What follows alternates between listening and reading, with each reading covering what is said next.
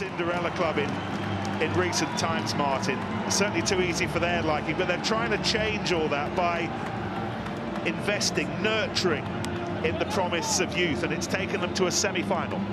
Yeah, most definitely. I think that definitely lost that tag now with the fourth best region, you know, above the Cardiff Blues in the Pro 12, you know, and they deservedly find themselves in a European semi-final. It's just a fantastic occasion for them, but look, they'll want to get to a final. It's all well and good getting to the semi-final, but trust me, there's no worse place to lose than in a semi-final. Yeah, and I think this was a very tight game to call last week before the last weekend's games. I probably had Edinburgh's favourites before last weekend's games, but now I have to say, after Edinburgh losing at home to Munster, the Dragons beating Leinster, this is very evenly matched here tonight. JP Doyle blows his whistle. Dorian Jones kicks us off. And the Dragons in blue against Edinburgh in black for a place in the final of the European Challenge Cup. First clearing kick delivered by Jack Cuthbert, time of return from his hip problem, what with Greg Tonks now missing with a hamstring. And here's the first line out for T. Rees Thomas, the captain, one of the more familiar faces in this team, particularly in the pack. Faletau another, and Talope Faletau, as he now likes to be called, got his hands on that.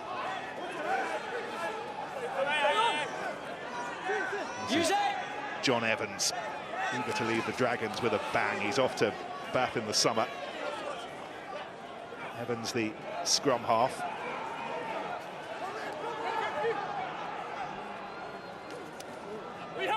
Advantage.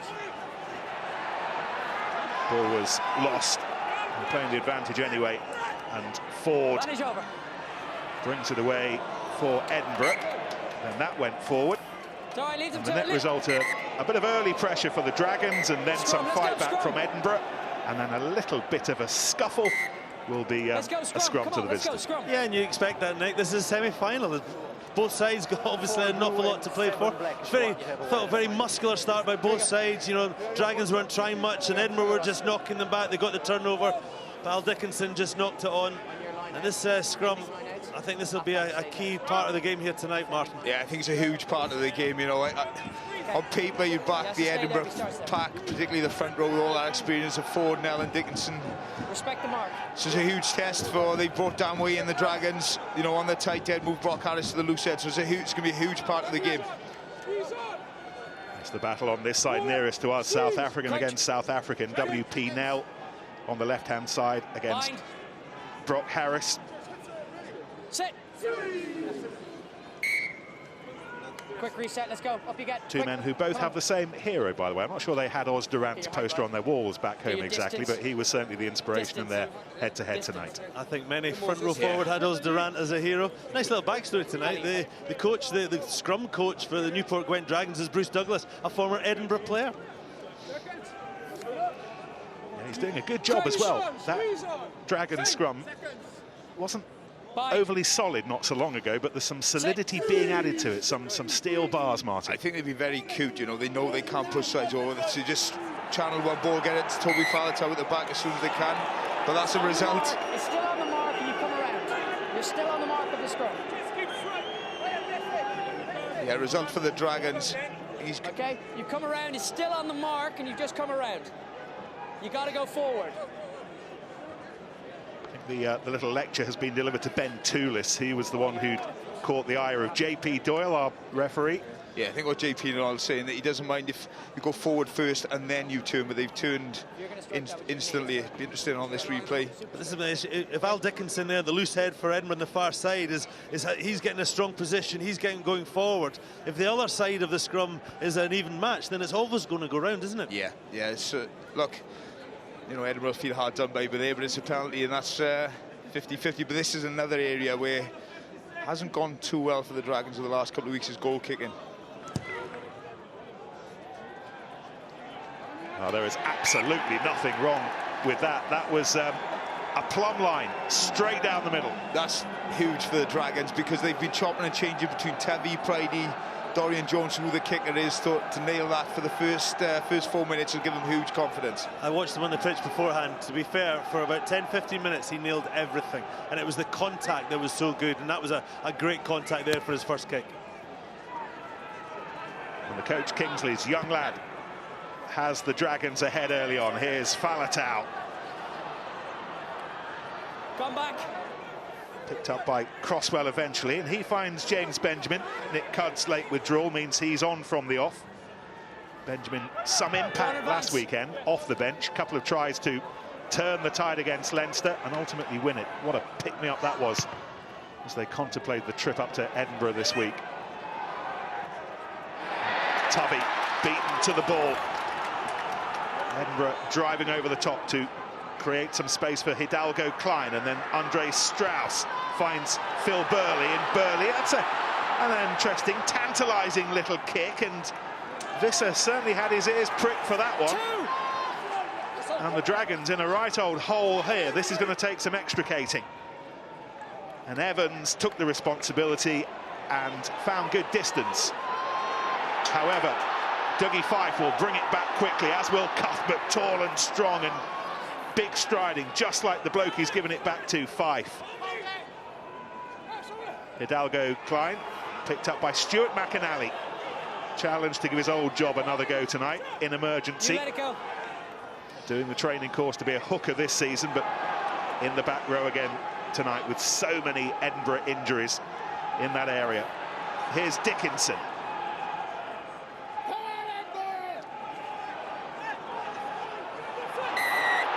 And then sealing the ball off. Removing 10 as a threat. Yeah, I think it was James Benjamin who made the tackle, got to his feet straight away and played the ball. Fantastic play by the open side. He's a Newport boy, Newport born and bred. It's in his blood. He'll be thrilled to have started tonight, even though he's in for Nick Cudd. They've got a conveyor belt of open sides on the Dragons at the moment. Nick Cudd, who's injured, James Benjamin, Scott Matthews, Wales in the 20s, Ollie Griffiths. We see this year, he's gone low early, back to his feet. Ooh. You could say there was a ruck already formed above him there, so I think JP Dodd's given him the benefit of the doubt, and there was a 7-year on the edge and he wins the penalty. I think he might have got Sam Baird from coming in the side there. 7. Which they're very hot on at the moment, the referees. Thomas looping one to the back, looking for Crosswell, and it's picked up again by the hooker. One of the more familiar faces in this team who aren't big on stars. They don't rely on the stars. They're building their own story. Cleared away by Evans. Will be part of Bath's next season. That's gone a long way into the air and not very far forward, and it allowed Anton Bresler room to power onto it. Now this is Burley. 4 and 8 offside. Will come back for the penalty. James Thomas was offside. 4 and 8. When a scrum half puts a box kick up and it doesn't go far enough, all you're doing is going to make it very hard for the forwards not to concede a penalty. And that you heard JP Doyle shout 4 and 8. As soon as it went up, he called it. The forwards then have to run away from it, which is counterintuitive. You're always going to get a penalty when that happens. Fascinating decision to start with him at 10 tonight. They've got Tom Heathcote on the bench, but they're going for the Kiwi, who's been employed largely as a centre this season. He was fly half in Bordeaux, but Alan Solomon saying that he likes his Super Rugby nous, and he likes the idea that there's a little bit of solidity defensively perhaps at 10 and 12 with him and Strauss. Well, you heard Alan Solomon talk about this is knockout rugby, this is semi-final rugby, it's about winning, it's about scoring one more point than the opposition, and that pragmatism that I talked about in the pitch walk, that is evident in the selection of Burley there at 10. Edinburgh's line out, hitting 9 out of 10 this season, is a good one. And despite the best efforts of Corey Hill, they win another.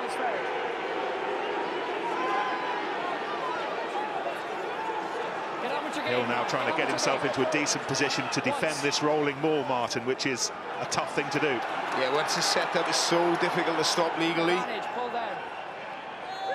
And there is the penalty.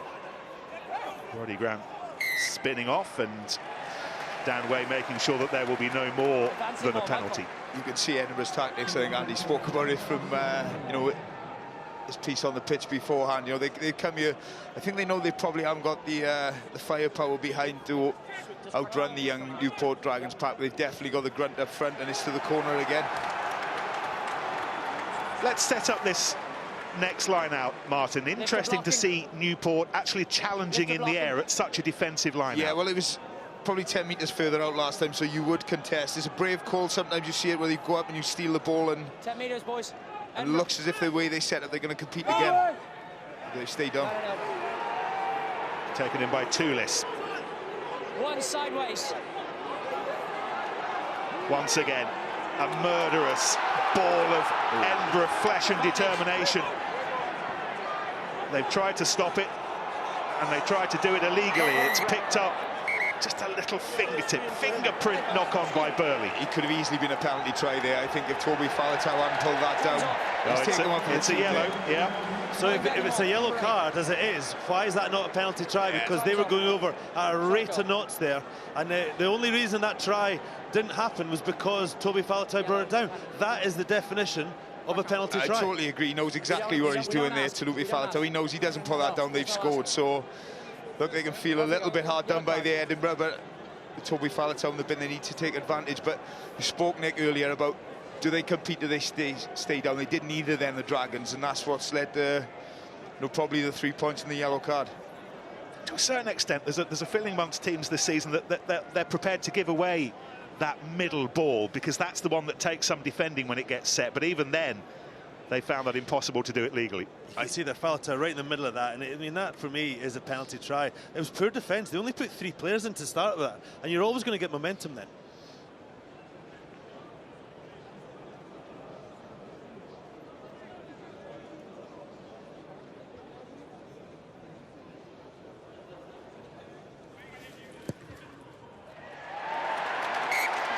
The time that Sam Hidalgo-Klein takes, contrast with that of Dorian Jones, who just sets it up and bangs it over, but net result the same, 3 points each. I think if you're a Dragons player, supporter, you're quite happy just to concede the 3 there. 3's better than 7 in those situations.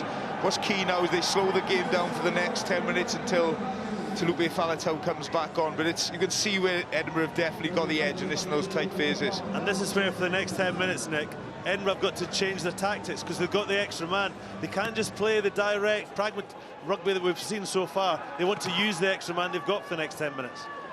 Here goes Coman. So important they've got him back this week, given that they've lost Denton, they've lost our little ferret, Hamish Watson.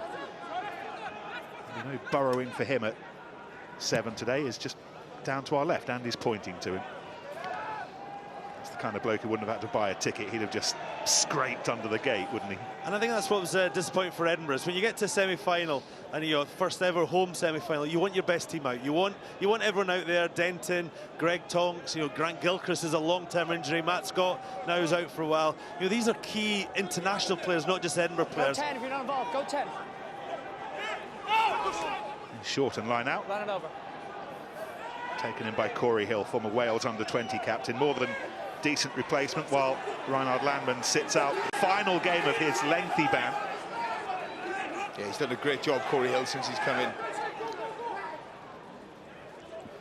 Jones flicking it wide to Tyler Morgan. Outstanding prospect, he really is. And that's been given away in the chase for the line for Sam Beard. He's going to have to put boot to ball and hope that he's got mates in close proximity, which he did.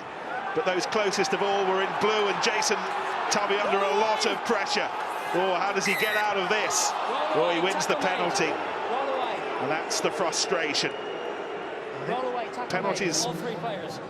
Andre Strauss was amongst those, but there was a whole posse of eager beavers keen to win it back. Well, I mean, it was... but if that had gone to Visser rather than Beard, and I think that was try time, Visser would have had the pace, but it was a good kick, it was a good decision. He didn't have the legs. And then, how often do you see that? Because everyone in attack is so desperate to get there and try and push them over the line to get the scrum 5. They went off their feet and didn't roll away. It wasn't the most popular decision in front of the East stand there, but you can see the Dragons here going wide. Some good play, but then Visser just happens to get Tyler Morgan there in the offload. And then there, you think it's a foot race. He puts boot to ball. There's lots of pressure here at the end. Burley's in there, Beard's in there.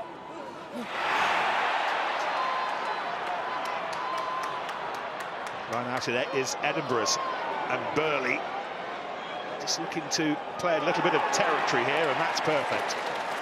Well, I mean, he is playing out of position, but my goodness, he's doing it very, very effectively for what Edinburgh are looking to do.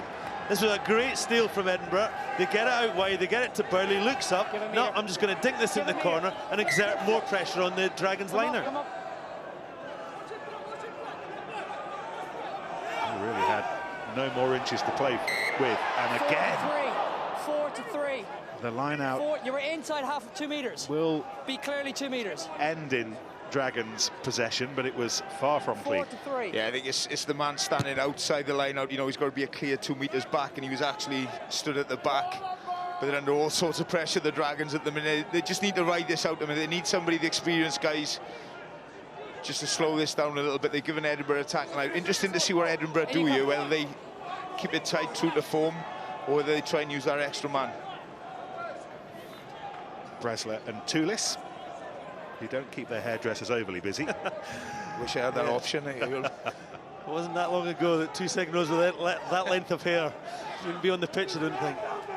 It's Bresler, the Namibian, who goes highest, playing with the Sharks in Durban before he pitched up here. And this is McAnally, Denton, Watson, Leonardi, all injured. Needs must. McAnally back doing his old job. That's the Dragons 22. This is Roddy Grant. Hamish Watson, by the way, kept out this evening with a hamstring. This is Burley. Bided his time nicely to find Fife. Started the Calcutta Cup match for Scotland against England down in London. Neither side have really built any pressure, ball in hand significantly, but this might be it. McAnally! Back in the day job and scoring a try. He's a trainee hooker.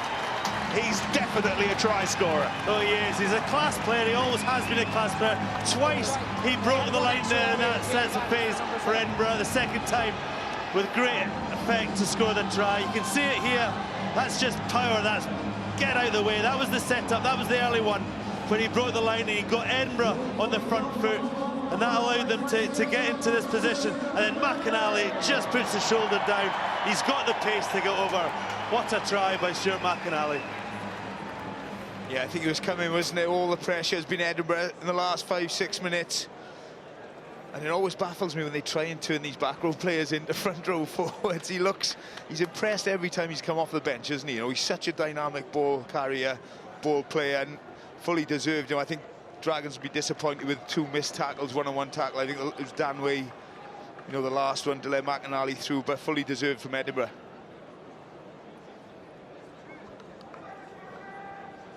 At the end of a sunlit day in Edinburgh, first of our 4 European tussles this weekend that'll sort out our semi-finalists in London at the start of May. The first try is a Scottish one.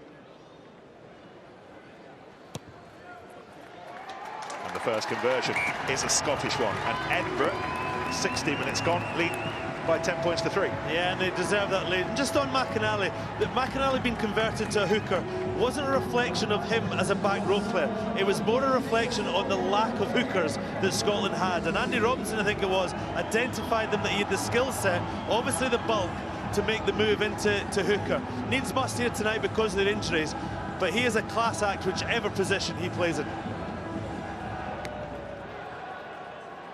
First side challenge to make some kind of significant response are the Newport Gwent Dragons, and the first thing they have to do is to stop Coman before he makes too much distance beyond the 22. Hidalgo Klein studding it back. Brock Harris was trying to get through the wall, but there was no way through. And that has gone straight out. Just not what you want. Not what you want after getting the try.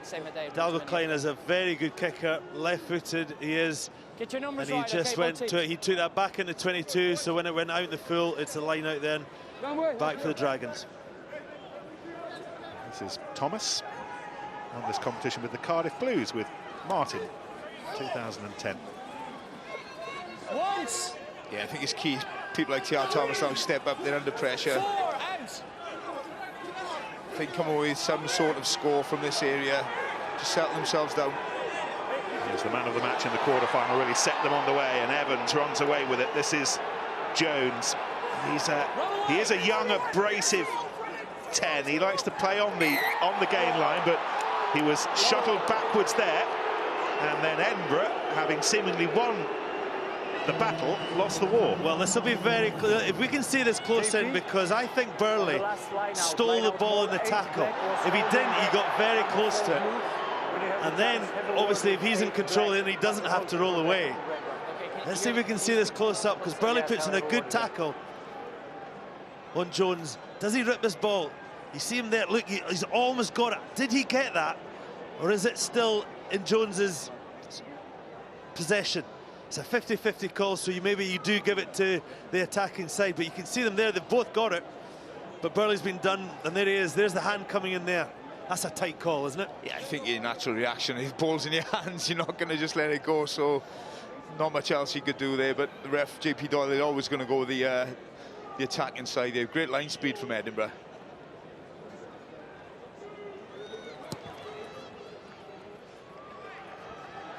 A penalty that lessens the impact of the try conceded during Faletau's absence in the sin bin. He's got less than 60 seconds left now before he's back with us.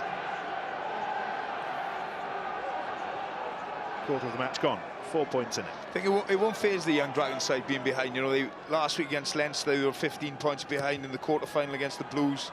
You know, well behind, but they come back, so they won't be phased. Just need a little bit of composure for the next 10-15 minutes. Evans steps in, ball outside the 22. He just contents himself with a long clearance up to the 10-metre. And this is Phil Burley, New Zealander, joined from the Highlanders, Dunedin. That bounce was a little bit of a lottery, which was won by Coman. And Hidalgo Klein really trying to turn the screw a little bit. That's a very initially fortuitous but then profitable 20 seconds for Edinburgh. Yeah, it was, and you know, again, clear tactics. They just want to get the ball down into the Dragons 22 and exert as much pressure on the line as they can, and they've done that to good effect so far in this game. Sin bin return. No, he's in. He's in. Three-man line out. He played 20 minutes. This is already the 9th line out. It's been snatched by Corey Hill. Use it. Ian Goff, a reminder, on the bench this evening. Drafted onto the bench when Nick Cudd pulled out just before the kickoff. And this is Visser. You know what he's like when he gets going.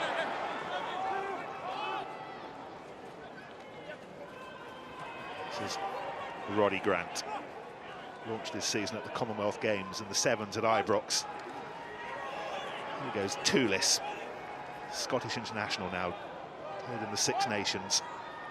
Burley goes on his own. He thought about linking up with Strauss, the South African. Use it.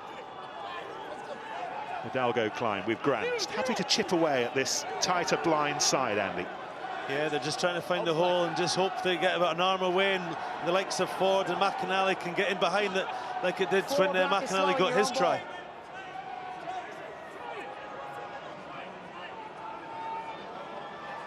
Dan Way driving through, knocking Grant off his balance initially, but to no great effect.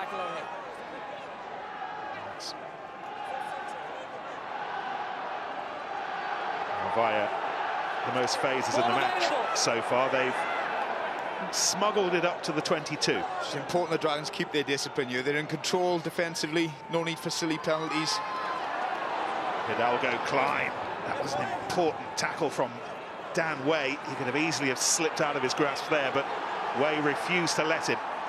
There's still an element of danger with Burley, who's hit by Jones. Hidalgo Klein again. Oh, he accelerated down that blind side. He knew there was a hole, and it was big enough even for Tim Visser to go through. That was a very well-worked try by Edinburgh. Hidalgo Klein just mixed his game up beautifully there. He's passed everything so far, and then you saw he had a little break, a little show and go, and then he just read what was in front of him, and Visser needs no second question to get across the line. Great try. Well, he's not going to have many Murrayfield moments left in an Edinburgh shirt. He's off to Harlequins, Tim Visser, at the end of this season. But there's another one to frame and put on his wall. It's just great awareness from Hidalgo Klein. That's what you need at 9 at scrum half. You just need to scan what's in front. Look at him. He looks up, knows it's a 2-1. Great offload to Tim Visser. Great play by Hidalgo Klein. Yeah, and I think the Dragons would be disappointed defensively there. They've left Tom Pridey on his own. He should always have 2 on that blind side for occasions just like that, and left him isolated. He stepped in, Tom Pridey. A great vision by Hidalgo Klein. Only Tommy Boat has scored more Pro 12 tries down the years than Tim Visser.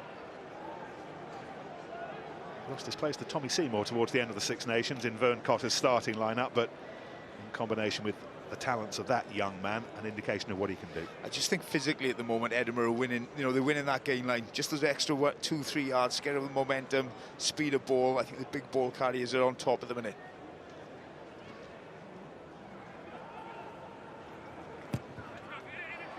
Off his left boot. Had plenty of bend on it, but not quite enough bend. It's a first miss in 15 attempts for young Sam Hidalgo Klein, which is an indication of the levels that he's setting.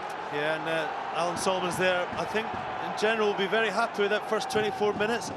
Their kick receipt last time they scored was poor from Edinburgh. Let's see if they can improve on that this time.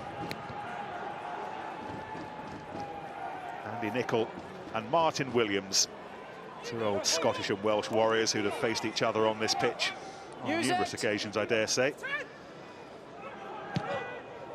Watching this one with us up in the stands. Alan Solomons is up in the stands not far from us either.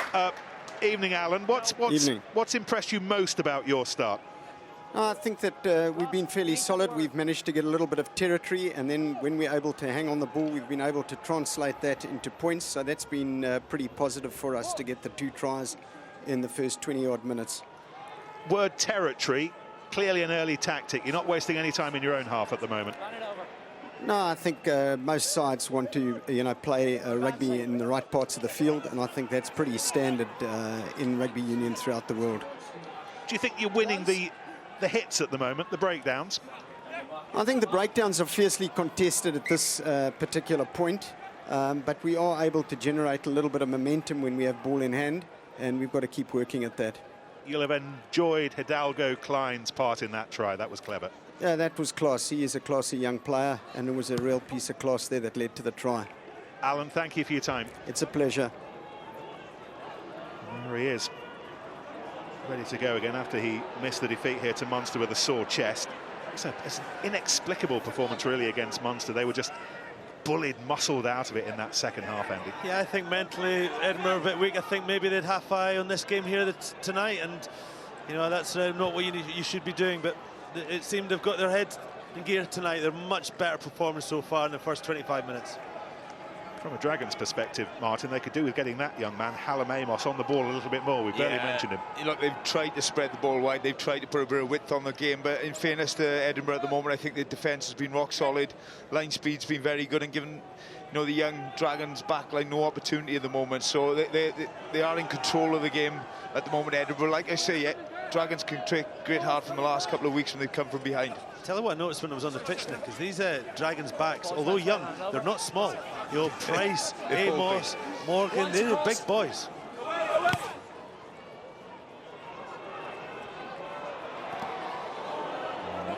Amos tried to position himself, time that jump, but not quite right. Yeah, he's got a strong, muscular frame, Hallam Amos, but critically, dangerously for defenders, it's allied to the nippiest of feet. Yeah, and that's what you need. That's the perfect balance, isn't it? You've got the power, but you've got the feet as well to get away from the defence. I reckon there was some cute defence there by Rhys Thomas, the old hooker. He just lay on the ball, and he got himself over the top of it because it was a pile-up. He was able just to stop the ball coming out. He's a wily old fox there. This will be interesting, the first scrum on Edinburgh's ball. I think, they've dominance up front physically at the moment, in the loose. Look for Coleman to keep it at the back at 8 for the second shove. Brock Harris on the loose head side for the Dragons tonight. Been employed largely as a tight head, and he's been absolutely splintered there. Yeah, that was always the concern, if you're a Dragons supporter and it's been a strength of Edinburgh, whoever they played this year, you know, and you could just say, you can always tell who's dominant on their put-in, you know, and that was, they just absolutely destroyed the Dragons there, so that's worrying for the Dragons for the rest of the game. But that was exactly the same outcome as the first scrum. Al Dickinson going up and really exerting a lot of pressure there on Dan Ray, and yet it's been a penalty for either side, so it's about who's got the ball in the... Who's putting in, yeah, putting the ball in.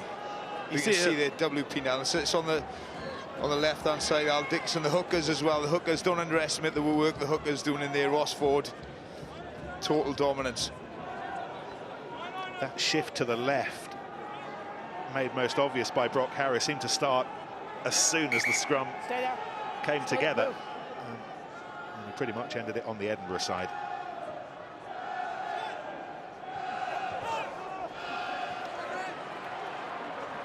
Off the line out, Strauss feeding Grant.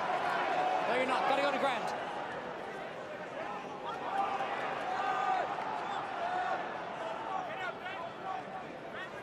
Burley. Well, that was nice from 5. Oh, and it's been given away, and a little bit of intricacy there. Some cute Edinburgh hands, but smart Dragons defence onto it, and Tom Pridey followed up with the chase to put some pressure on Bresler. Use it!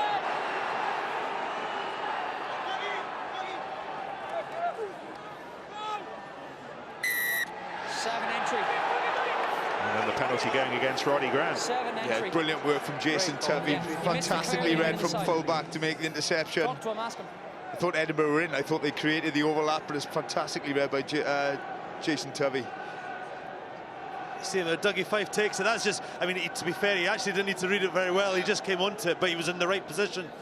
And then you see here, if that goes to hand, that's try. Absolutely, Jack Cuthbert's in, but Itovi read it beautifully. He kicks it down.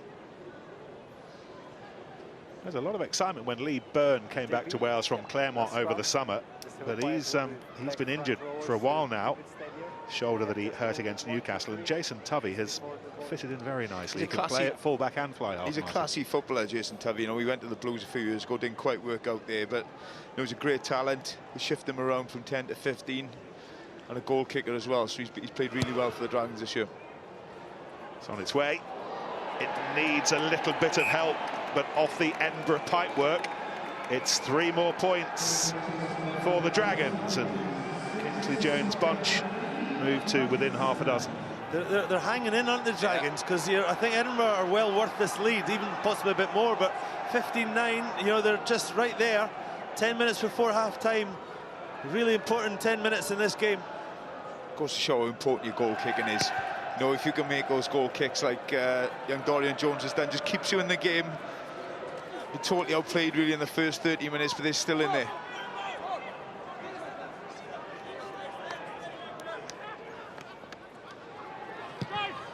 Evans, left-footed clearance, finding Jack Cuthbert. He's been missing recently with a hip problem. And this is Tyler Morgan. Again, all the bright young names that we talked about before the match, we haven't seen a lot of offensively at the moment. That the Dragons will want to change in what's left of this match. Another 50 minutes to try and involve themselves, and here goes Evans. Advantage over. Stop. 5. Right. Got out of the air by Fife. Off he goes. Tackled by Amos, who was keen to have another look at the ball, but driven backwards, and here goes Ben Toulis. Hidalgo Klein. Bypass Strauss to find Grant. Toulis again, born in Brisbane, but a mum from Lanarkshire means that he can call himself a Scottish international now. Fife, building again with some patience. Another test of this Dragons defence. 2.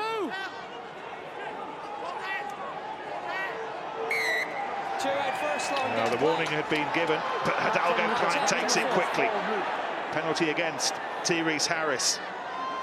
And Edinburgh are off in search of a third try here, but will come back for the penalty. It could well be another yellow card here if JP Doyle wants to be really strict, because You're stopping the scrum half of Dalglish taking a quick penalty, and you're only 10 yards from your own line. You're running that risk, but it doesn't look like he's going to give it.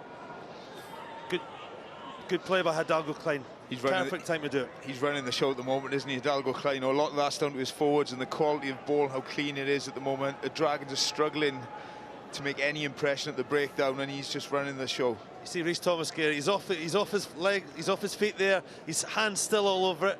Look at that, that's just a dumb penalty. There's no way that you can have any control of the ball, and this is a quick penalty. As I say, you're 5 yards, 10 yards from your own line. You stop a scrum half taking a quick penalty, you do run the risk.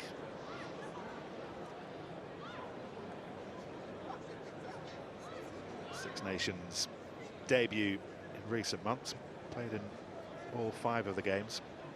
A lovely little story as well of how in a notebook a few years back he wrote down his ambitions, and 2 of the words he included were World and Cup.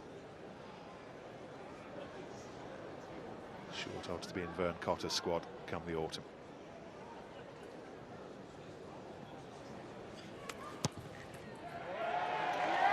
And Sam Hidalgo-Klein is playing well and is kicking well, and for the time being Edinburgh keeping their noses ahead. Little over 5 minutes to half time, gap back to 9.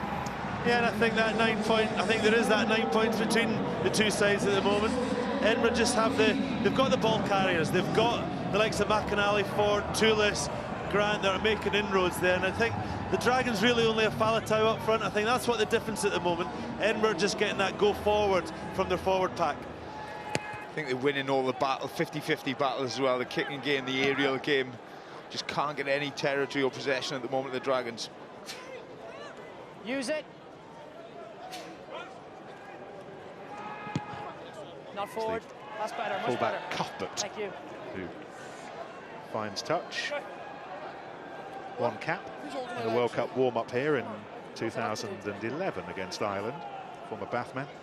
Yeah, and I think that tells you all about the selection that Edinburgh have made, that Phil Burley, normally a centre, although he has kicked tactically very well in attack, they're using Cuthbert in defence to clear from their own 22. Over 15. 5 minutes to half-time, and that Dragons line-out is not a thing of beauty at the moment, No, Martin. stop. No, it was an Achilles heel a few weeks ago as well, and it's that and the scrum at the moment, and that's the trouble when you're chasing the game. You've got nothing to go to. The line-out's struggling, the scrum is struggling, so Edinburgh comfortable just to put the ball off the park, put them back under pressure. And when you've got that dominance, Nick, you can do what Edinburgh have just done. You can play the touchline, you can just kick for territory, as they have done a lot here, because they know they're really putting a lot of pressure on this line-out. And when you've got a player like Ben Toulis, Martin, who on the other side of the line is always going to be up in the air challenging, that brings its own pressures. It puts, look, I'd take my hat off to hookers. I wouldn't want to stand there and throw in. It puts all the demons in their head. You might see a few not straights, they're competing again, and they're just totally taking away the Dragon set piece at the minute. That one fell into the arms of Bresler. Dragons line out running at 70% at the moment. Here's Visser, scorer of one of Edinburgh's 2 tries. Stuart McInally with the first. Strauss finding the captain, Coman. It's not a good kick there by Hidalgo-Klein. You kick it in the 22, you have to make sure it lands in the ground, because if not, then you're just giving you easy free kick out here for the Dragons, because they can mark it. That had to go along the ground, or at least make sure it bounced in the 22. The Dragons, who topped the pool that included Newcastle, Stade Francais and Bucharest, earned themselves a home semi-final. Came from behind against Cardiff Blues to win that one. Came from behind against Leinster last weekend. It looks as if they're going to have to come from behind in this second half to chalk up another win against Edinburgh and make it to the final. They're not phased doing that, Nick, and they're not phased from winning away from home. They won in Stade Francais, they won in Newcastle, they've won in Leinster. Our studio guest Al Kellogg reminded me they beat Glasgow home and away last year. They don't mind playing away from home. Lynn Jones saying that they're playing better away from home this season than they are at home. Does carry well, doesn't he, McInally? Here goes Fife, who's been equally eager with the ball in hand, but they hold on to the ball just a little bit too long. The only facet of the game that the Dragons are winning is the contact. They're getting they're getting hands on the ball, and they're getting a number of penalties. They're doing it very well, and they're not playing the referee. They're actually just getting on their hands on the ball much quicker than Edinburgh. It's the only area of the game that they're dominant in the moment. We're starting our weekend of European rugby in Edinburgh. And we're going to take you to Saint Etienne tomorrow. 2:30 start. Saracens, England's last representatives in the Champions Cup. By the way, FA Cup semi-final on BT Sport on Sunday from Wembley. Villa against Liverpool, a match that Martin has a little bit of interest in. I love my Crown Prince 85 Liverpool shirt on. Jan Molby. Run it over inside 5. Better lineup from the Dragons. This is Thomas on halfway. Use it! Evans composes himself. Picked up by Grant. They just can't get any time in the Edinburgh half at the moment. Ball in hand. They're spending so much of this match trying to repel what they're trying to repel at the moment. Hidalgo Klein on his own, and, well, the intention was clear. The execution, not quite so good. And he didn't have to put boot to ball because Jack Cuthbert was coming on a beautiful line inside, and I reckon this was a simple 2-1. Roddy Grant, who is a very good player in open field, played a lot of sevens, as you mentioned, the Commonwealth Games last year, and this comes to Hidalgo Klein. Look at the pace, but look at Cuthbert inside. Oh, I mean, he tried to just dink it down. He watch it close up. He's looking. He just drops it. Is he right-footed? I'm assuming he's right. Or is he left-footed? No, he's left-footed. He is left-footed, but there, he just drops it before he actually puts contact. I think it's all come again from a 50-50, though, a high ball.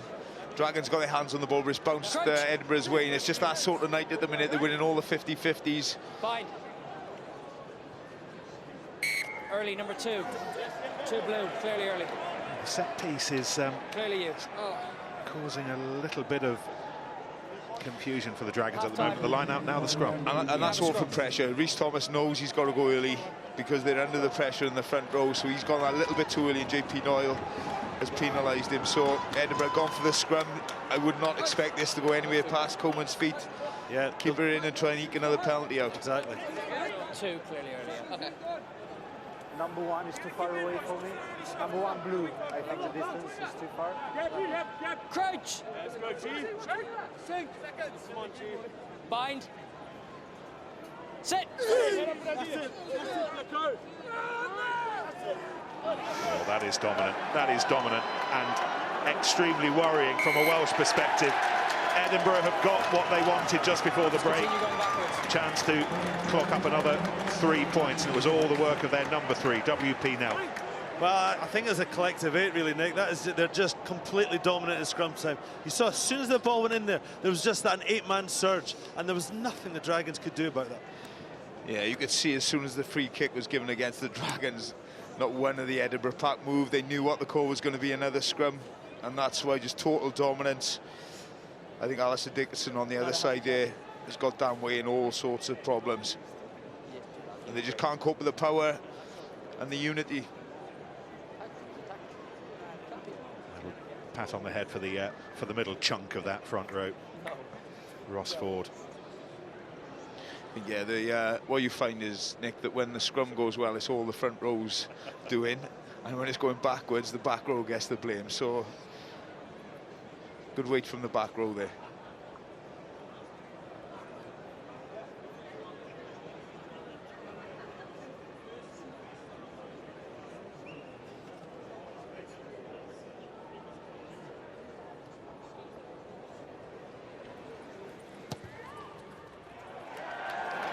And the Challenge Cup's top point scorer coming into this semi-final, Sam Hidalgo Klein, has gathered another 11 points during that first half. Stuart McAnally and Tim Visser with the tries. Edinburgh ahead. Chris, who have you got? Well, I was hoping to speak to Rhys Thomas, the Dragons captain, but unsurprisingly, he has just run off, straight off the pitch, because they have had a real tough time in the set pieces, both the line out of the scrum. We'll have full analysis straight after the break. Join us then.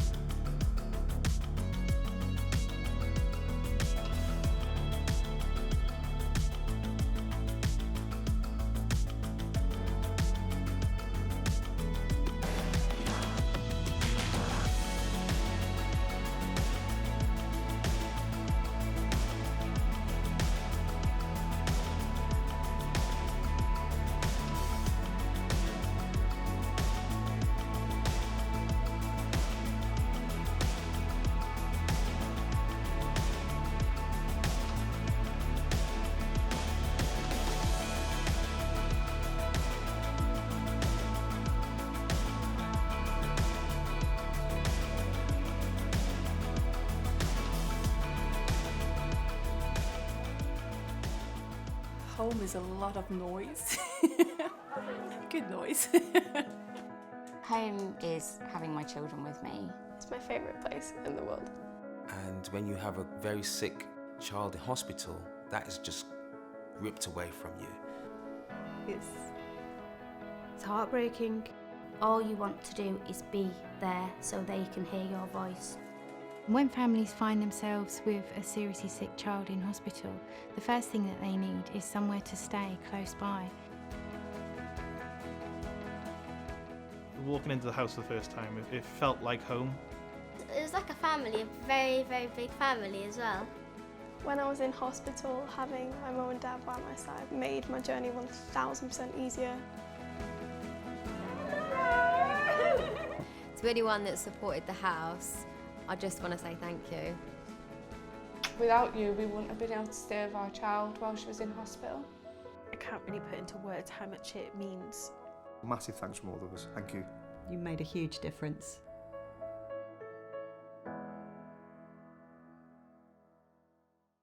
This is a message about coronavirus. Because coronavirus is highly infectious, it spreads quickly.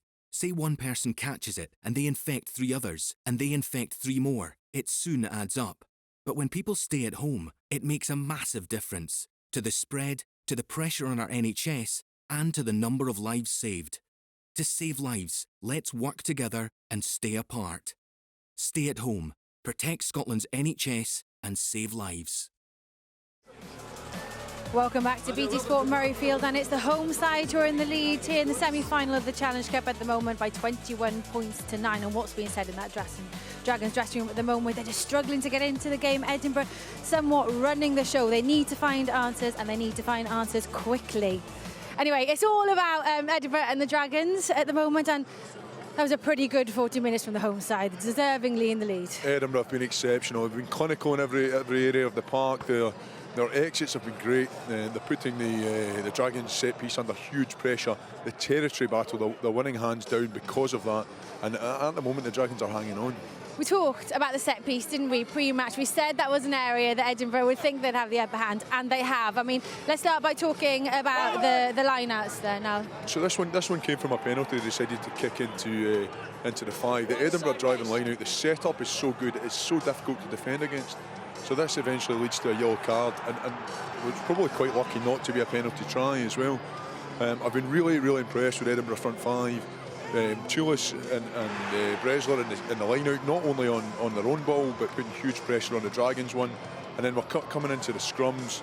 Dickinson on the loose head and WP Nell on the tight head are putting pressure that the Dragons don't know what to do with. The only thing the Dragons are doing at the moment is running round, and apart from the very first scrum of the game, the referee has now realised what's happened and is penalising Dragons at almost every set piece. I mean, what can the Dragons do then in the second half to try to... They've got to stay in. They've got to stay in as an 8. The referee's looking at it now and can see them running round, so they have to try and stay square. There's huge amounts of pressure. Ali Dickinson, at least, is an exceptionally good scrummager, and most of what they're doing is going through him. WP Well is obviously bringing up the tight head side as well. But if you're inside, you've got to be saying we have to scrummage as an 8. We can't leave our front row out there. OK, well, let's have a look at some tries then. Let's have a look at the second try, Tim Visser's try. And this was a well-worked score, Alice. So it's typical Edinburgh. There's nothing flash up until about the 22. Get the ball down there, get the territory, and then a great bit of skill from Sam Adago-Klein to put Tim Visser in. And Tim Visser is an exceptionally good finisher. He'll score those tries, although that one is on a plate for him. But it's exactly what Edinburgh are looking to do. Get into the opposition 22 and then pressurising them into making defensive errors. And Hidalgo-Klein, we spoke about him as well, didn't we, pretty much? It's his awareness, and we spoke about him running the show, and that's just what he's doing tonight again. Yeah, and the forwards are making his job really easily at the moment, so they're getting the yards going round. Again, the front 5 are carrying hard in the absence of David Denton, and it's given Sam the opportunity to snipe away, and he's had a couple of little breaks at the end there. We saw him just miss with the kick to put it through, which could have potentially led to another try. We've been really impressed with both him and the front 5. OK, well, let's find a positive then from that 40 for the Dragons. Jones is kicking the penalties, and they're getting some return from the breakdown area. They are. They're very good at the breakdown area, and I mean, a lot of that is probably to do with the fact that Edinburgh are committing just off 9, so the Dragons are straight in over the ball. We're seeing one here on the flip side. They're a great defence from Edinburgh, getting up hard. and probably just a silly penalty in that one. But if there's an area that Dragons can take some sort of heart from, it is the breakdown, but they need to be inside thinking about what they can change drastically to come out and win this in the second half. Well, a big 40 minutes awaits the Dragons, and they're going to have to find answers to some pretty crucial areas. And this Edinburgh team, they really are flying at the moment. A big 40 minutes awaits. They're fighting for a place in the European Challenge Cup final. Who will get there? Join us in a few minutes' time for the second half. Absolutely.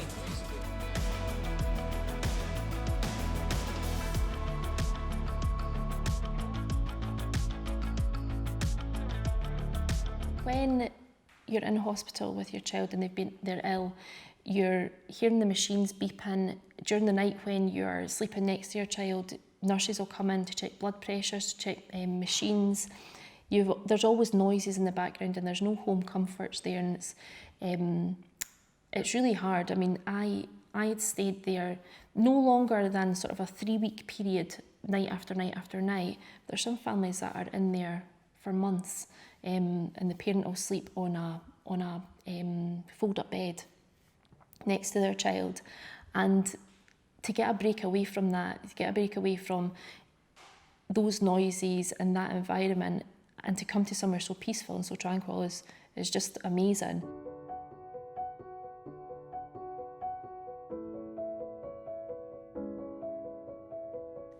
It's good to give means a whole load of things. It means being able to give families the chance to spend quality time together in such a beautiful, tranquil place.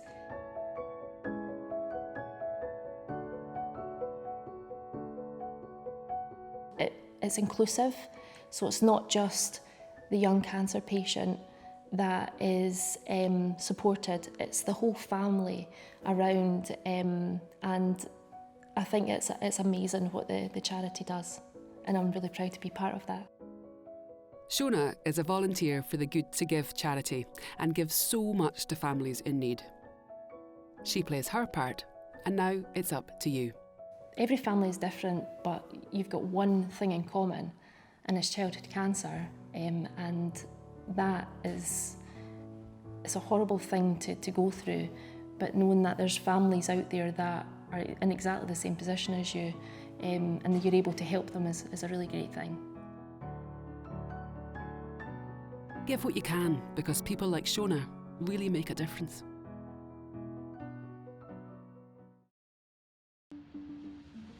Change. Our world is changing. It's changing at a pace like never before. What powers us, connects us, and even challenges us today won't be our tomorrow. So, as the world keeps changing, we will too. Engineering new solutions, building a better future, and making what once seemed impossible, possible. You know that I love you, baby. You know that I love you, baby. You know that I love you, baby. Oh. You know that I love you, baby. You know that I love you, baby. You know it's time.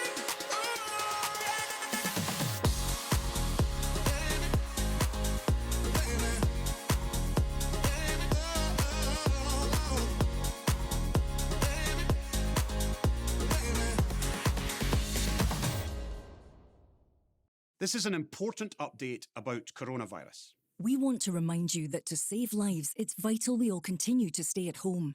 Feeling bored and frustrated is natural, and as the days go by, you might be tempted to take more chances, like going out for food more often or popping in to see friends or family. Don't. You can pass the virus on to others even if you don't have any symptoms. Please continue to stay at home, protect the NHS, and save lives. For more information, go to nhsinform.scot/coronavirus.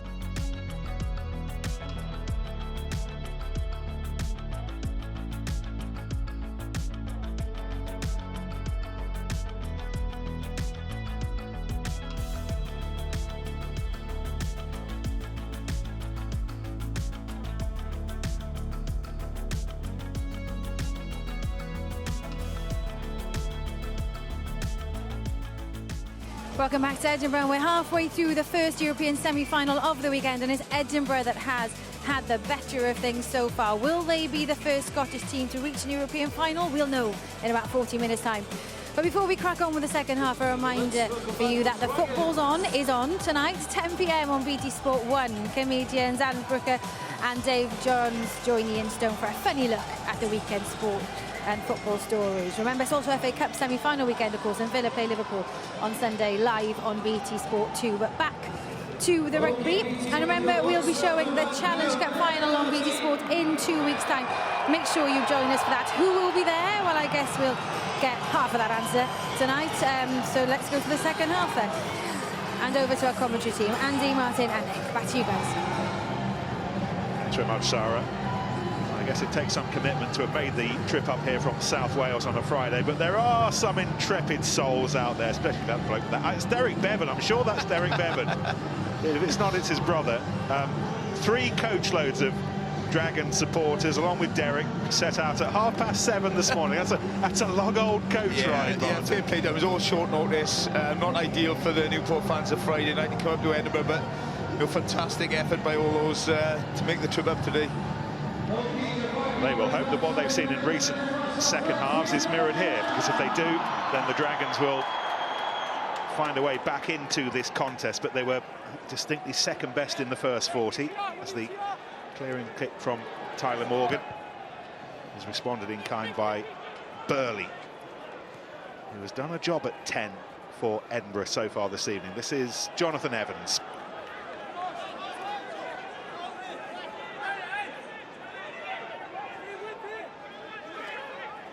Friday acting as scrum half, thrust into the spotlight, you remember, when he was picked for Wales when he was just 18, still only 23 Pridey. And now here's Morgan doing what he does best. We didn't see enough of that in the first half. Very close to busting through there. Ball came up, he pulled it back down. He's an outstanding prospect, maybe the next Dragon to play for Wales. Perhaps he's the next cab on the rank. Yeah, it could be along with Hallam Amos. We saw a glimpse there. I just thought he'd had enough pace and power to get through, but great defence. I think it was by Strauss in the end, but a missed touch. Yeah, you can, of course you can. Tubby fires back to Hidalgo Klein. 11 points in the first half, and a little bit about him as well, more than a little bit. Here goes Ford, 85th cap here against Ireland at the back end of the Six Nations.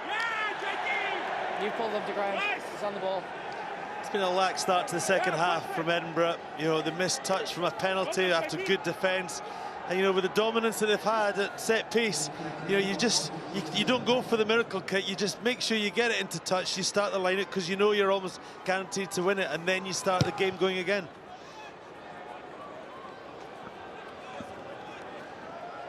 Alan Solomon is a very assiduous coach. He's a very thoughtful coach. He plans things out.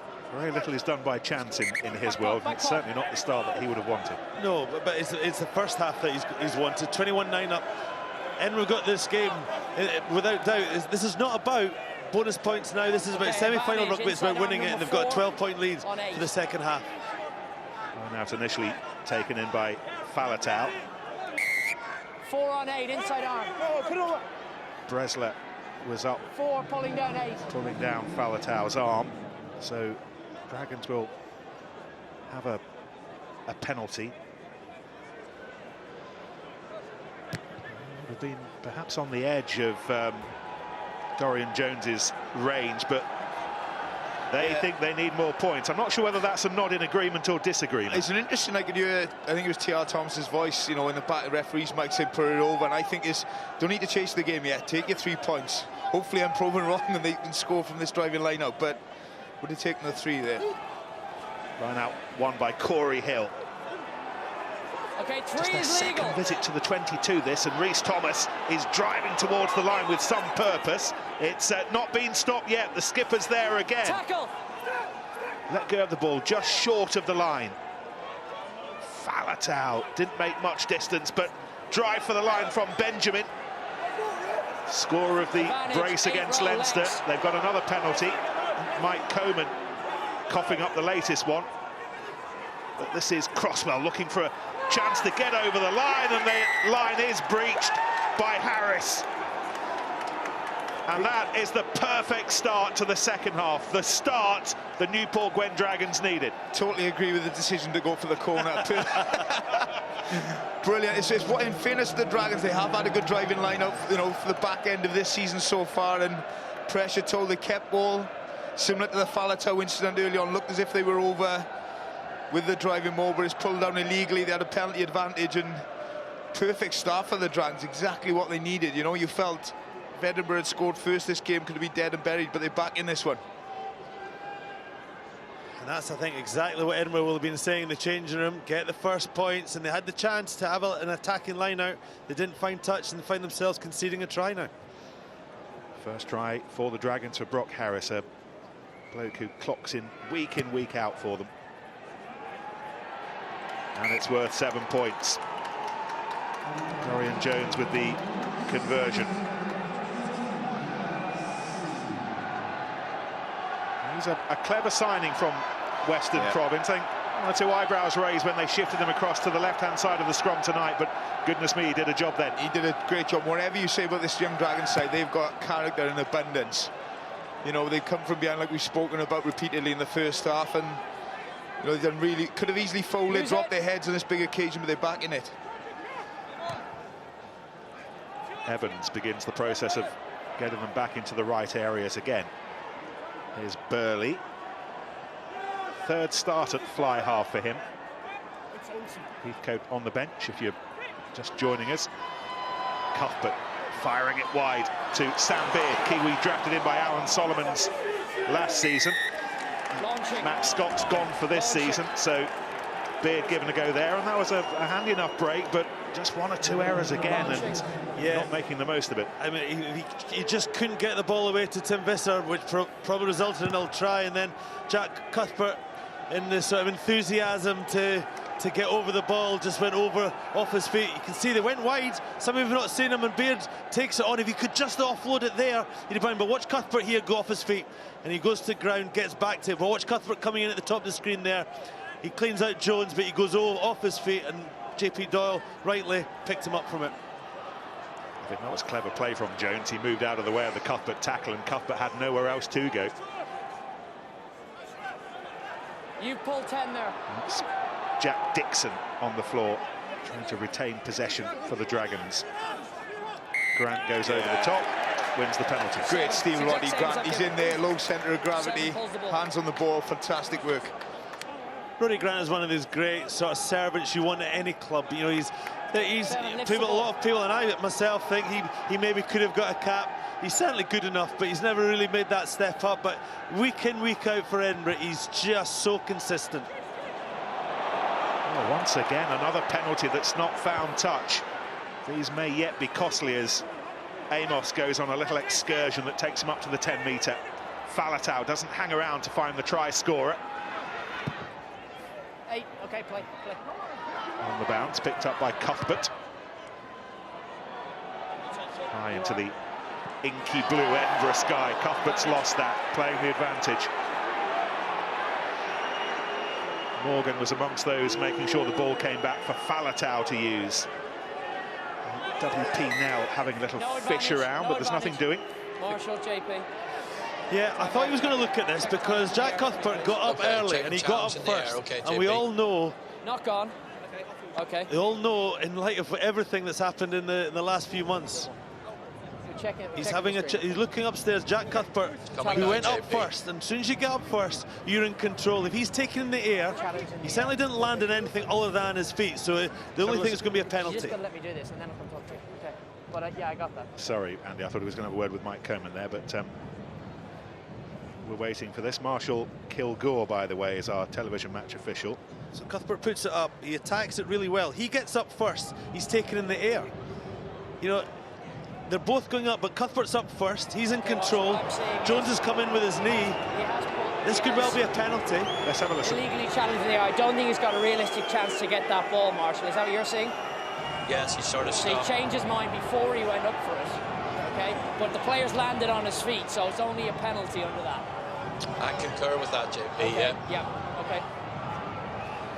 It's a top of my challenge in the air, player landed on his feet. Okay.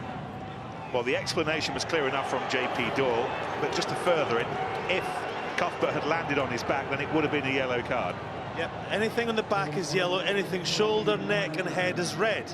We're on the very pitch, about 50, 60 yards from the whole Finn Russell scenario, Scotland-Wales, Martin, and you know, everyone now knows exactly the situation. If you get up first, you're in control, and Cuthbert did, and Jones impeded him in the air, and it's a penalty. The little thing that gave it away was Jones with the look there. Yeah, you know, without a shadow of a doubt, a penalty. But you do feel for Dorian Jones a little bit. He's last minute, you know, you're full speed there. Looks as easily if he could have pulled out in slow motion, but at full speed, a full tilt, it's too late. You know, you misjudged the flight of the ball. Jack Cuthbert's, you know, fair play to him, he's got up first, so he wins the penalty. But yeah, it's such a grey area now, isn't it? But that was a definite penalty. The reality is you've got to make the decision as to whether the ball is contestable now as the bloke going forward that much earlier, haven't you? This time last year, that's a penalty. That's a knock-on. That's not a penalty. Without a TMO, you're back in the good old, yeah, just carry on. Well, that's got to do some work for young Sam Hidalgo-Klein, and in the end he has just a little bit too much of the ball.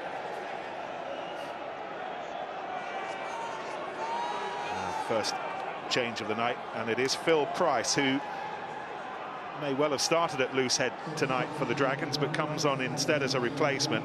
They're taking off the tight head Danway, so we assume that Brock Harris will go to the right-hand side, and I think that's what's been happening, you know, throughout the season. Brock Harris will go over onto the tight head side, so Phil Price has gone well so far. It's one area so far, so good. There hasn't been a scrum yet. This is Cuthbert. Burley again. They like those kicks that they can contest that come out of the sky, but that one gave Jones plenty of time to pick out in the end.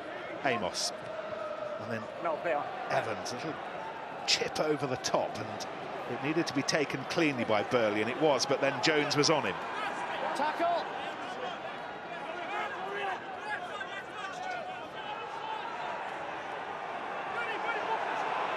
Taken on by Toulis.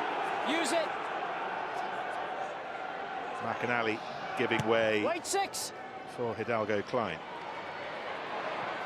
Oh, and then Amos goes to ground as Sam Beard challenged for it, but Beard got the ball and on we go.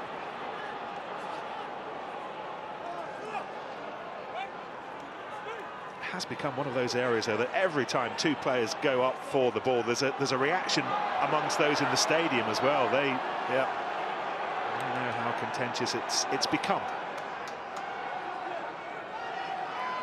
Coman, return of the skipper after banging his head in the win against the Scarlets. David Denton dealing with his own concussion now, having run into Paul O'Connell here last weekend. And then Jason Tubby given nowhere to go. Well, poor kick became a good kick because of a good kick chase there. Got him into touch, and now, you know, Burley, he's done exactly what I think Alan Solomons has asked them to do tonight. Just play the corners, play the tram lines, get Edinburgh going forward. If they're defending a line out, who cares? Because they're defending very, very well. He's done his job very efficiently tonight.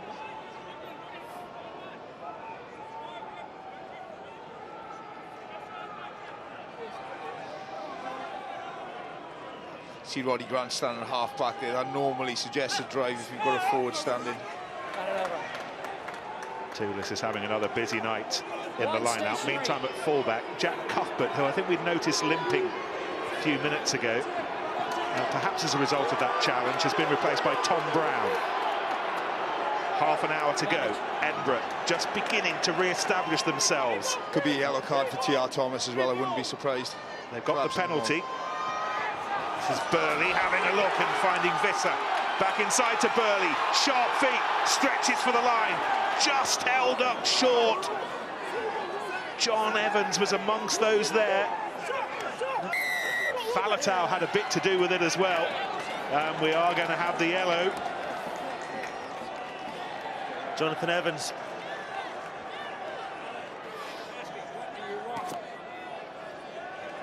Yeah, he did. Oh, that is a face of frustration. And that is an issue. I think sometimes if you lose a back row player, you're down to 40 men, you can cope with that. But when you lose your scrum half, it's such a specialist position. Absolute stationary. Key moment. Absolutely stationary. Well, this is going to be a scrum. There's no doubt they were going to do anything other than this. It's been so dominant so far. They'll obviously have 8 men in the scrum. Stationary. Even with the scrum half, but Burley again did so well. He worked, came back to the short side, into play with Visser, almost got over the line. He must have been so close, Nick, to the try line. Big issue for the Dragons now is to build a defensive wall without the scrum half, who's normally so important in these situations. Yeah, I tell you what, as a back rower there, you're in two minds as it is at the best of times. You know, do you stay on the scrum and push? Do you cover with no scrum half there as well? You know, they're in a predicament, you're the Dragons. You're too far apart. This is when you've got a scrum half as sharp as the Dago Klein. He'll just be able to scan, see where maybe the hole is. If they don't go, they might go over as an 8 shove, which you got to think could well happen after the first half. I was going to say that I don't expect this to come out of the scrum. They've been that dominant. Hopefully Phil Price and Brock Harris onto the tight end may help a little bit. Got Dorian Jones. There he is, eyes wide open, aware of the dangers, standing perhaps a little bit closer to that set piece than he would do ordinarily.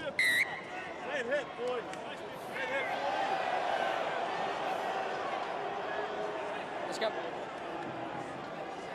I think they should stop the clock now. Just killing, yeah. Just killing the game. Nick Crosswell with a little bit to say. New Zealand Maori, who's fitted in well after arriving from Hamilton and the Chiefs. It's got the feel of a very big moment, this. Dragons having worked their way back into it in the second half. Yeah, seemingly had the momentum, but fantastic play by the forwards initially from the driving line out, and then Burley to spot the gap on the blind side. Set.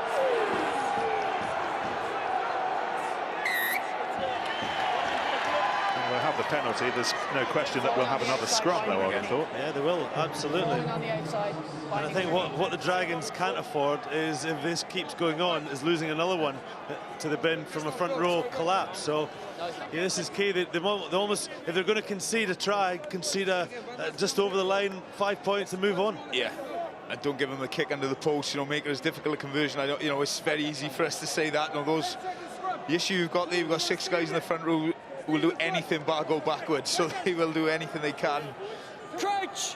You've also got Phil John, who's only come on, and Brock Harris getting used to a slightly different geography as well. That's too early, and that was always going to be the danger. Wait for the ball. I just find that, you know, incredible, because, you know, if they're completely dominant and the ball's about to come in, you're going to go forward. Dago Klein didn't get the chance to put the ball in, but technically right. Technically right. This is Tubby. Comes long off his left to the left wing, Visser. Here's the new man. Tom Brown, Edinburgh born and bred. Oh, and that's bounced dangerously, and it needs to be cleared up by Pridey. He's not, he was level with the man when he played it. Tubby. Oh, it's been charged down, and the charge for the line, and Toulis wins the race. Arms like periscopes, and then legs like pistons to get to the ball before the ball got to the line. A big, big try on the road to the final. Yeah, Edinburgh got the try. It didn't come from the phase we thought it would from maybe the scrum, but that is good pressure from the second row. There's big dead ball areas here at Murrayfield, and he needed every single inch of it. You see it here, it was a good charge down, and I thought the ball was going to beat him, and he just gets it before the dead ball line. Look, there's the dead ball line, just maybe a foot short. Great pressure there from Toulis. I think in 90% of other grounds up and down the country, he wouldn't have got to that. Jonathan Evans, I'm sure this is the space that Jonathan Evans as a scrum half may have been covering. You know, he's not there, he's the man down, and that leads to the Dragons being under pressure. Great way by Toulis. And there he is. And that's his first try for Edinburgh.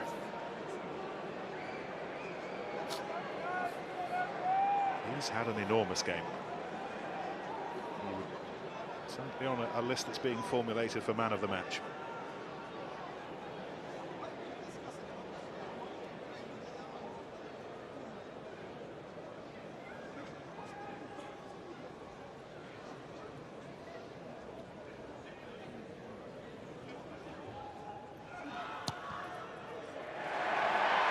There's still time on the yellow card to serve, and Edinburgh's lead is now a cool dozen. So back to where it was at half-time after a nifty first 10 minutes, I reckon, of the second half for Edinburgh. They've upped their game. The Dragons came right back in it, but there, the scrum half, Jonathan Evans, having to watch on from the sideline, and that man, Alan Sullivan, will be a lot happier with the last 5 minutes of the second half. Long restart, relying on the quality of the defensive chase, but there was plenty of time for the clearing kick. Nothing overly flashy from Phil Burley tonight at 10. He's just done the job. He's greased the wheels, hasn't he? Kicked his Very kicks. effective, yep, very effective.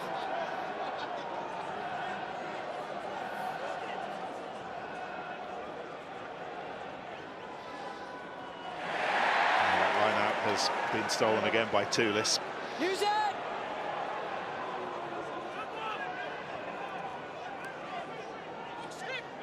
Use it! Dragons defence, knowing that the box kick off the left foot was coming. Here goes Amos. It's just beginning to unravel a little bit here. Andre Strauss going through, Hidalgo Klein kicking it on, it's off the post. Where's that going? It's into the arms of Falatau. So we're going to have another word with our TMO here, I think. The pass before the 9 picks it up. Pass before the line. This could be another yellow card if it is a deliberate knock-on. Yeah. I think it was Tyler Morgan, got his hand to the ball. Oh, there's so many things happened there, but let's say Taliban's got the scrum cap, the red scrum cap. He never came back on side. Look, he's standing there, there's one hand out. I think that's a penalty. I don't think that's a yellow card. I agree with you. I think a yellow card is harsh there. Yeah, penalty, yes, but... Yeah, and now the next thing I need to see is I need to see what was out there, what they're playing with, to see if it's a yellow card or not. Well, that'll be what the decision's based on. We'll get the wide shot for you. Would a try have been scored? Was there a likelihood of a try? Were there numbers available but for that man's intervention? So are they thinking penalty try then? Because that's the outcome of this. You see it goes down, Strauss gets his hands in it. Comes out here. Oh, gee, I tell you what. Look at Tom Brown. He knows exactly what was coming out there. And Visser. So penalty only for me, okay? Yeah, I agree. I don't know how you could say you cannot, and he's JP Doyle isn't saying that they would have definitely scored a try from that position. Deliberate knockdown. It's one of those things, though, Nick. I reckon a deliberate knockdown, which is what we've just heard JP Doyle say. If Evans hasn't not already in the bin, I think that's a yellow card. You know, in any other part of the pitch, you know, a deliberate knockdown is usually a yellow card. I think, again, that's all come from Hallam Amos.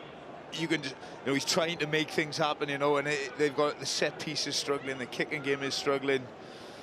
So that's when the mistakes is still, you know, there's still only 12 points in this game. So, you know, just need to chip away at the lead, not panic, and they're chasing and making basic errors. We're going to have a word with Kingsley Jones, one of the Dragons coaches, once we've seen this kick, find out what Kingsley's got up his sleeve. They need another one of those staring fight backs.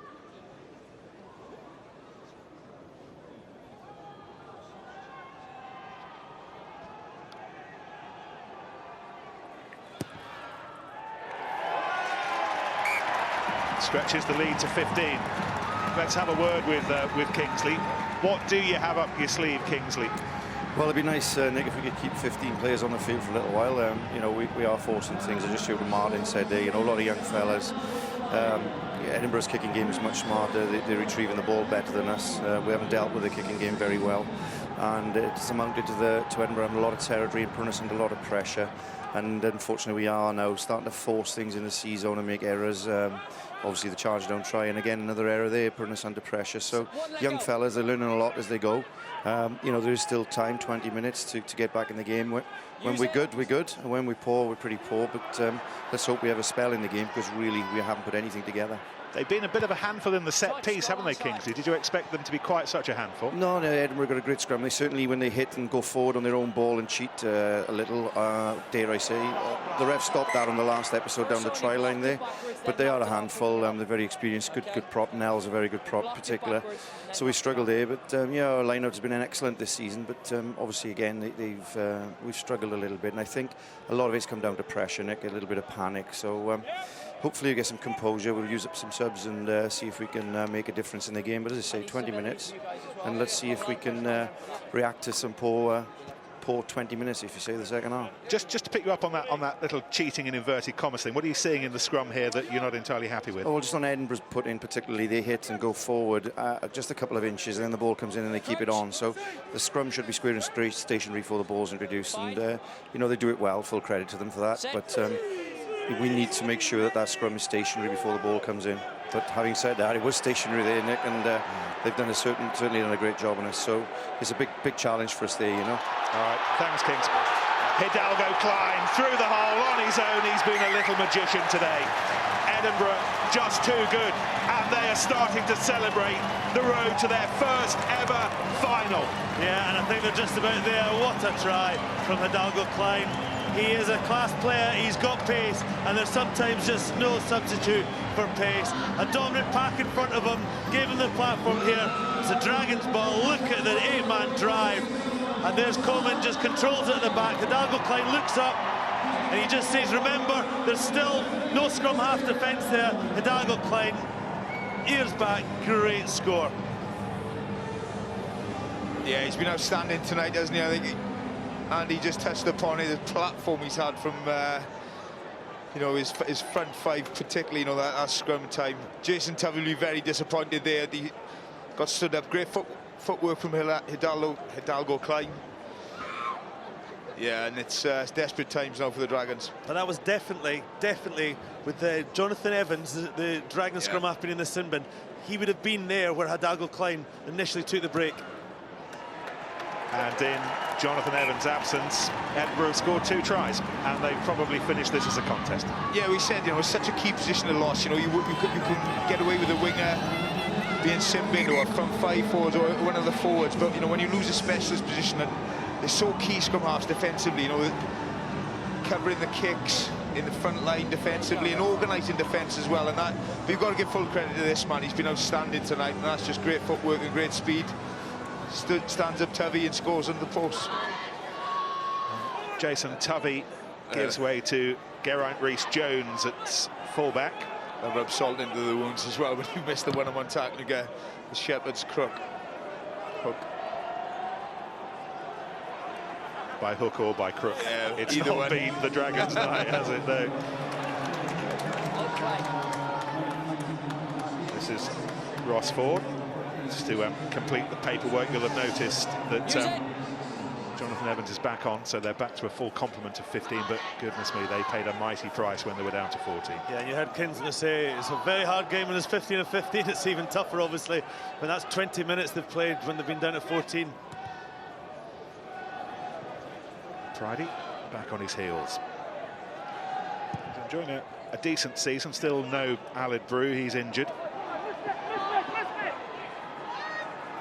Burley. Again, it'll be that kick. They've not messed around too much on their own 10-metre line.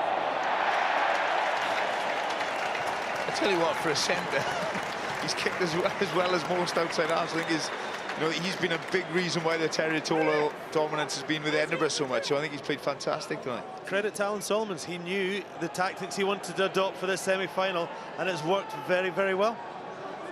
Gap TP.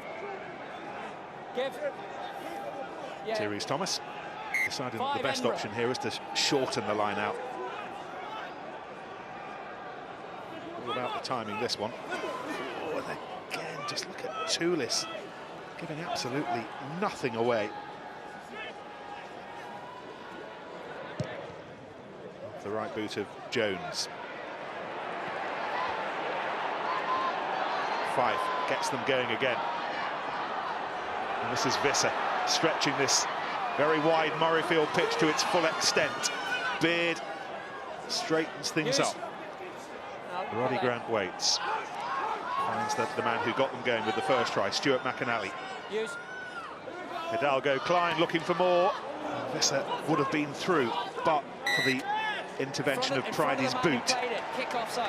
He's bringing out the full repertoire, isn't he, Hidalgo Klein? The right decision there to put the boot to ball for Visser. It all comes down from that contested line of 5 metres out. I think they haven't won the ball, Edinburgh, because they've contested. A scrappy ball from the Dragons. They're trying to relieve pressure on the back foot. Missed touch. And Edinburgh counter-attack, you know, from 30 metres out, and they're back under pressure. But I think you could have played 9 tonight, Nix, and no, platform. Come on, Martin. Maybe not. To the final 15 minutes. Go long. It's been spilt, but not permanently. Big hit on Burley, but he presents the ball back to be recycled through Coman. Burley wouldn't have thanked Hidalgo Klein for that pass and that line-out ball. This is Breslett.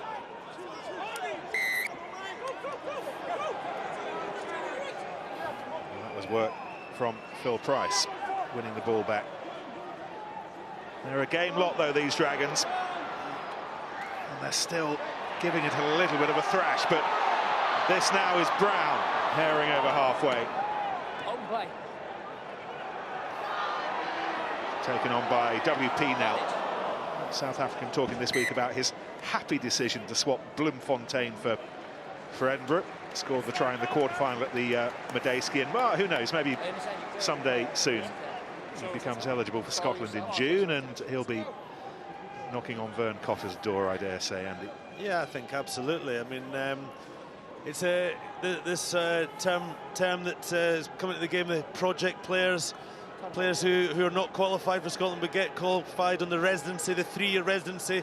Josh Strauss, the Glasgow number 8, is another one, but WP Nel, you know, he's a class scrummager we've seen tonight. He's good in the loose, okay, he made a mistake there, but in general terms, he's very good in the loose. He was raised on a hill farm in the Northern Cape. That's where he'll head back eventually, but I'd like to head back with a Scottish cap to keep the son of his bonds when he's out looking after his sheep in his retirement. Certainly a position Scotland needs. You know, Ewan Murray, 35 years old, played in the Six Nations. There's not a huge amount of cover there. Ross Sullivan, who's on the bench tonight, is Rory Sullivan, sorry, is a real prospect. A lot of high hopes for him. Well, looks like that's Nick Crosswell's evening. He's walking off in the company of the physio Chris Jenkins. Crouch. So Ian Goff comes on for Crosswell, which we assume means a little bit of fiddling around in the back row. Yeah, James Thomas will go back to his natural position of blindside, and you know, even with Goffey back in there, you know, in the second row, he's still getting destroyed in the scrum. Great work by Faletau. Well, the Dragons have done wonderfully well to get this far, to get to the Challenge Cup semi-final, but this is a very tough lesson at Murrayfield this evening. Yeah, look, no one can doubt the character or the effort given by the young Dragons team. They've just been probably outthought tonight against a team full of experience in Edinburgh. Here goes Amos, who will have better evenings. Maybe sometime soon, better days with Wales at Murrayfield, we will see, but Benjamin takes it on.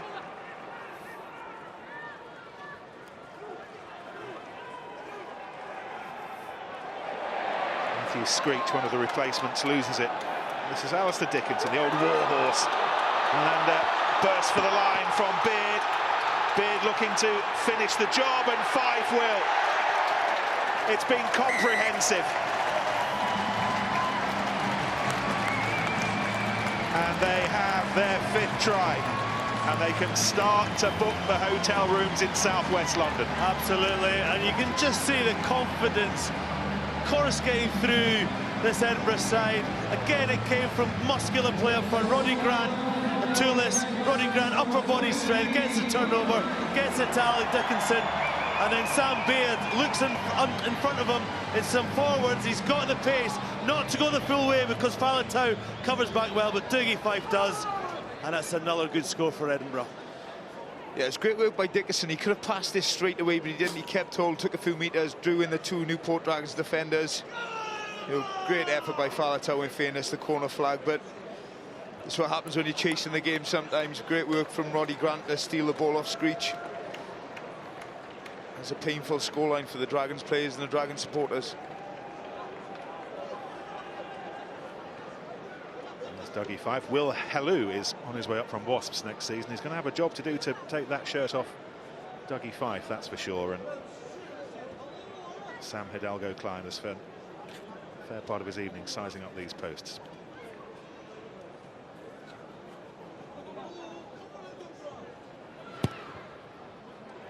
It's on its way. 25 points on his own tonight. He's done all right. Yeah, he's been outstanding, hasn't he? And such a shame for the Dragons. They came out in the second half, played some great rugby.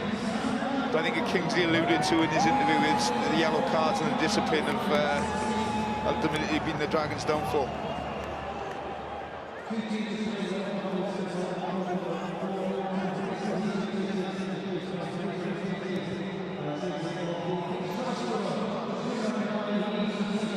Significant Edinburgh replacement amongst all of that. Cornell de Preer, who's just got the round of applause, is back with us. Yeah, no, he can carry the ball. It's the last thing you want as a tired Dragons forward is someone like that coming onto the pitch. Here he is, number 20, back for the first time since he dislocated his ankle here against the Dragons back in October. Rescue work from Jones. He's come on from McAnally, who's had a great game, really powerful. Yeah. Got the try in the first half, but he's carried the ball really well. Brock Harris, who's tried at the start of the second half, we thought, signalled brighter times ahead for the Dragons, but it was, in the end, an imposter.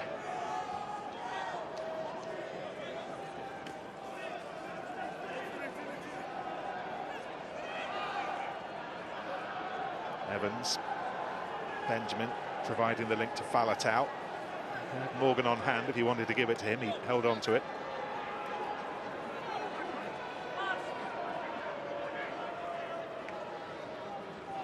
Evans again to Morgan. A lot of time with the ball in hand, a lot of phases, but look where they are. They've not made a great deal of distance. We've got a stat in front of us, 20 missed tackles by the Dragons. Edinburgh just the one, maybe two there, but it's just been a complete performance from the Edinburgh team. Evans to Jones, who flings it back to Geraint Rhys-Jones, and now this is Jack Dixon, added to his growing reputation with a try last weekend against Leinster. It's not been a night for many from Wales to polish reputations. It's been a night really to hold on and to digest lessons. This could be dangerous. Especially with this man on the ball. Oh, the circus has come to town. Cornell de Preer, and no, that is a yellow card.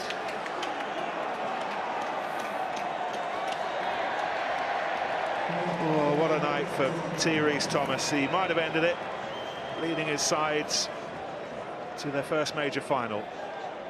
Instead, he's not ending it that way. No, they've been second best, to be honest, in just about every facet of the game, apart from that first 5 minutes of the second half, where ironically they scored from a line-out drive.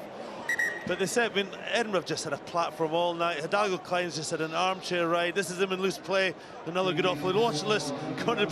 He's been rehabbing for a long time. He's been practicing it through the legs. And then there it is, the one hand. It's one of those ones you're going in for the tackle. Your natural reaction is to go for the ball, isn't it, Mark? Yeah, he knows the 2-on-1. You know, he's not going to chase the winger down on the outside, so he's made the call to step in. And you know, the Tyler Morgan one, I think it was a 50-50. I think for me that was a definite yellow, unfortunately. Wholesale changes for both sides. One of them is Nathan Fowles, on loan from Sale this season. Neil Cochrane threw the ball in. He's Edinburgh's new hooker.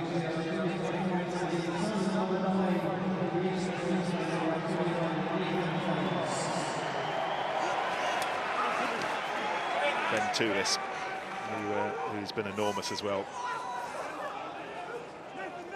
You're picking man of the match, Andy. You've got one or two candidates this evening. Yep.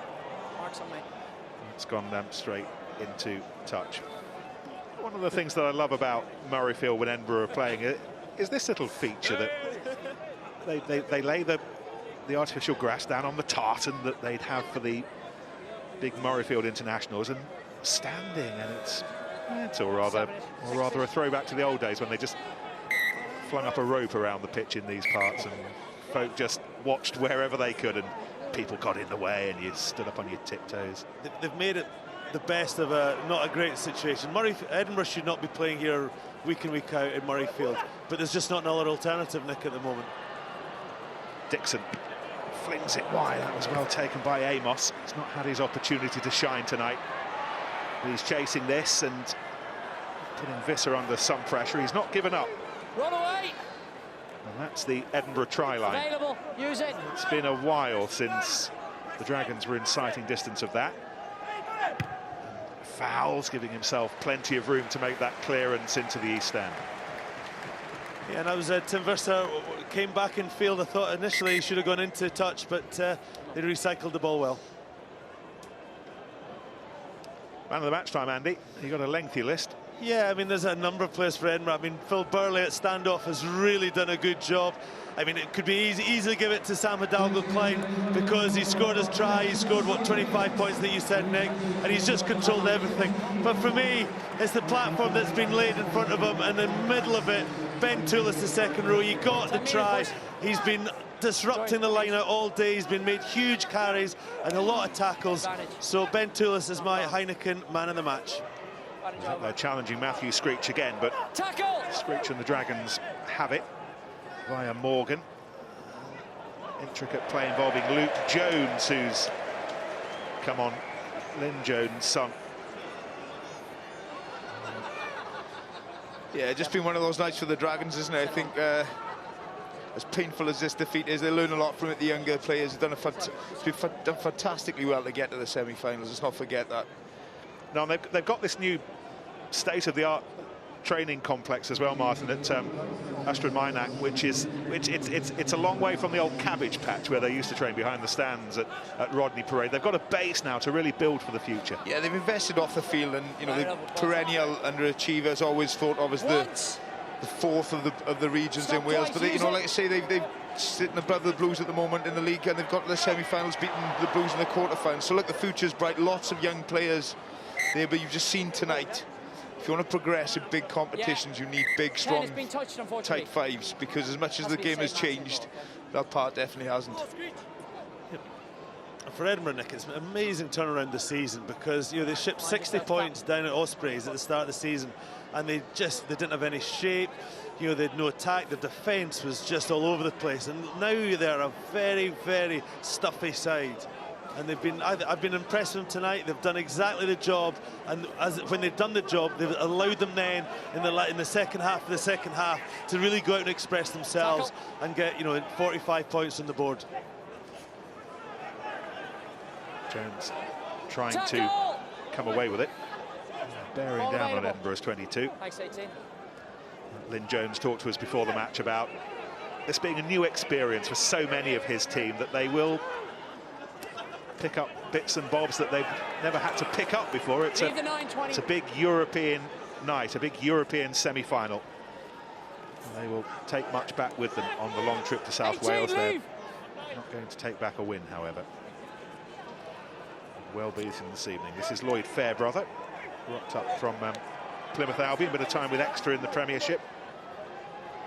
He's one of the replacements. James Thomas has been with us from the off, covering for Andrew Coombs in the second row this evening. He's back in the back row now, as the Dragons just look to end with a statement of what they're capable of. Yeah, and they've really gutsed it out here. I mean, they've obviously been on the back foot just about every phase, but they've stuck at it. A lot of pride there. you know, Toby Faletau, you know, is the superstar in this squad, and he's still putting the effort in, still knocking back in attack, in defence. He's still carrying the ball. They've just been second best in most of the game here tonight. Yeah, I just think, you know, it's harsh to say, but they've been overpowered in many ways as well. You know, they've come against a gnarly old Edinburgh side, very physical. And, you know, when you're down to 40 men, as you know, twice in a game is so difficult, particularly in the semi-final with no set piece. So they'll keep coming, and like you say, Nick, they will learn from this, and they'll be better for it next season.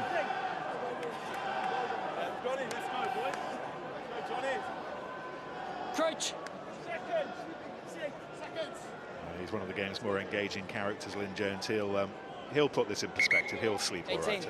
Very shrewd coach, and you know, I'm sure if you'd asked Lynn at the start of the season, look, you're going to get to a European semi-final of the Challenge Cup, you'd have bit your hand off. You know, it's unfortunate the way it's ended tonight, but I say the strides they've made this year have been fantastic under him and Kingsley Jones.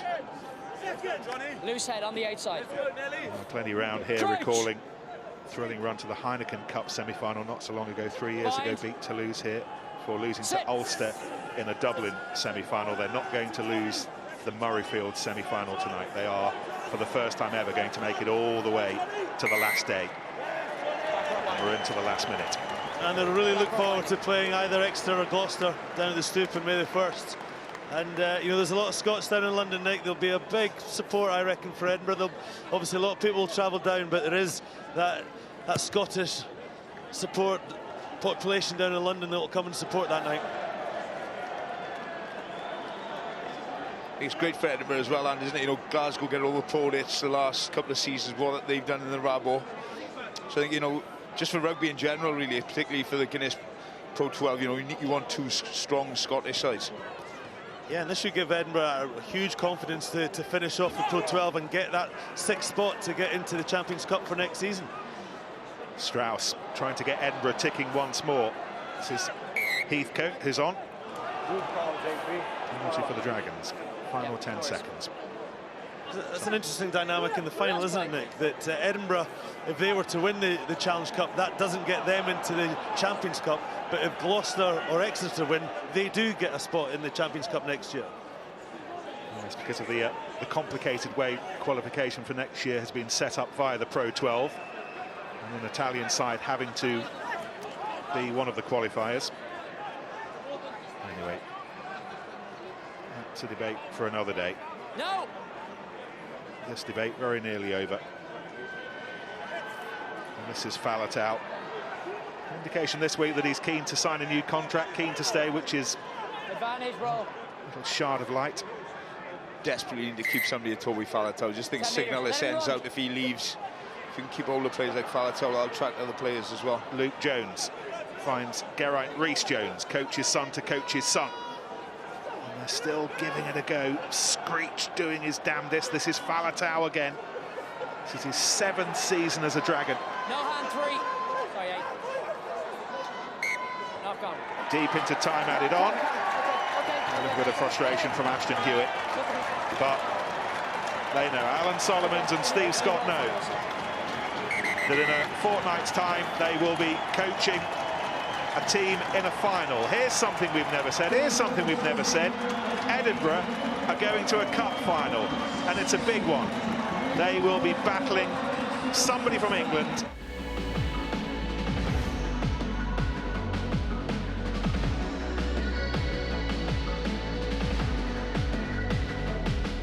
Way refused to let him. There's still an element of danger with Burley, who's hit by Jones. Hidalgo Klein again. Oh, he accelerated down that blind side. He knew there was a hole, and it was big enough even for Tim Visser to go through.